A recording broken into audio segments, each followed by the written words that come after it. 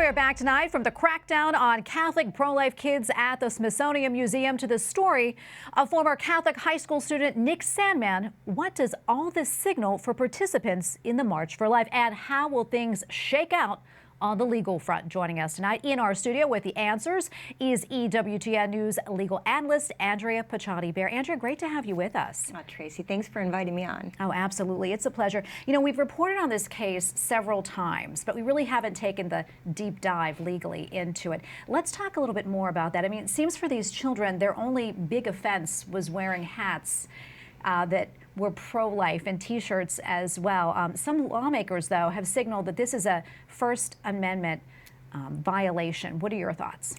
Well, Tracy, it's very interesting. Living here in the Washington area, we know that it's a great gift for young people to come to our nation's capital, and especially for people who identify as part of the pro-life generation to be able to be part of the March for Life, especially this year, given that we were marching and celebrating the Supreme Court's decision overturning Roe versus Wade.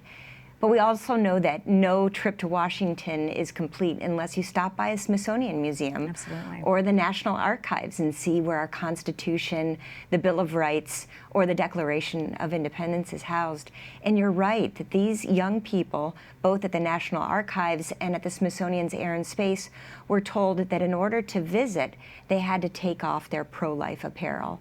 And in the case of the students that wanted to go to the Air and Space Museum to see the Wright brothers plane, they were wearing beanies that were with the name of their school, Our Lady of the Rosary, and it said Rosary Pro-Life.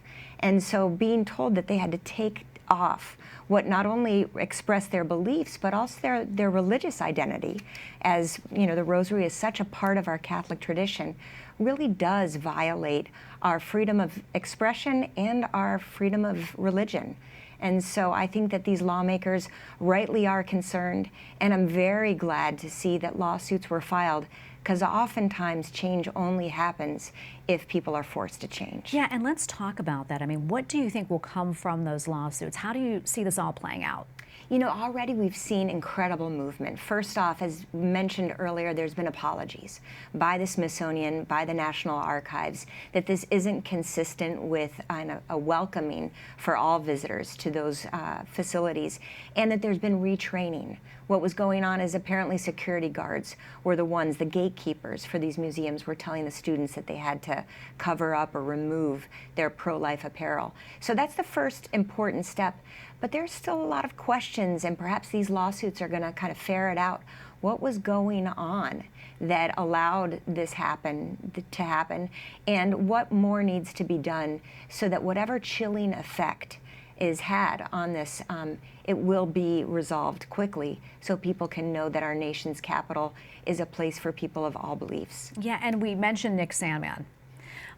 Let's talk quickly about his lawsuits and what came from those, just to kind of refresh people. And are there parallels between these two cases? You know, it's a really interesting combination of the two. If people remember, Nicholas was here a number of years ago for the March for Life and had a confrontation, and it was filmed.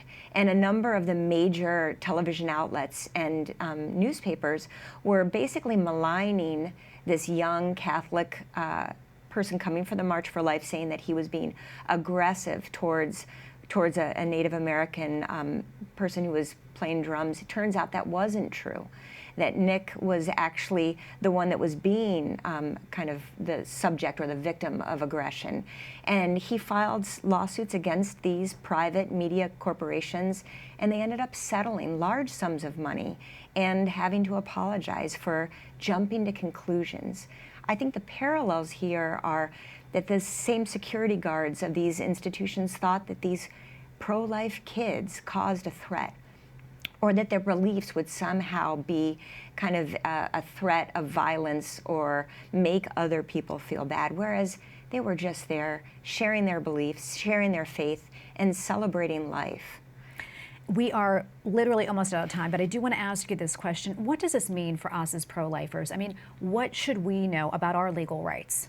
You know, I think we need to be well informed of the legal protections for free expression, freedom of religion, and I also think we need to learn from these young people.